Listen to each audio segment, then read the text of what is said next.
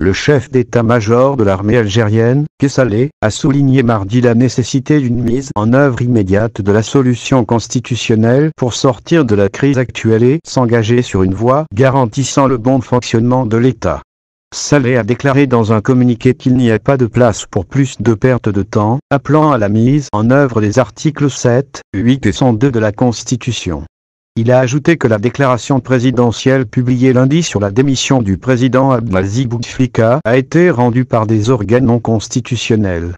Je suis un ancien combattant et je ne peux pas tolérer ce que les complots et les complots du gang mènent contre le peuple, a déclaré le chef d'état-major de l'armée dans un communiqué.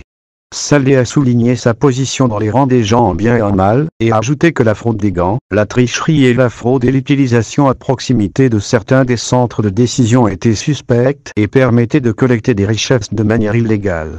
Le gang tente ces jours-ci de faire passer en fraude de l'argent pillé et de fuir à l'étranger, a-t-il déclaré. Les autorités algériennes ont interdit le voyage d'hommes d'affaires, certains proches du système, et ont annoncé dimanche d'empêcher tous les avions privés de décoller ou d'atterrir dans les aéroports du pays jusqu'à la fin du mois. Depuis plus d'un mois, le pays assiste à des manifestations sans précédent qui ont refusé la candidature de Bouteflika pour un 5e mandat avant de devenir une revendication de son départ et des symboles de son régime. Dans une déclaration présidentielle lundi, le président âgé de 82 ans se retirera avant la fin de son mandat le 28 avril.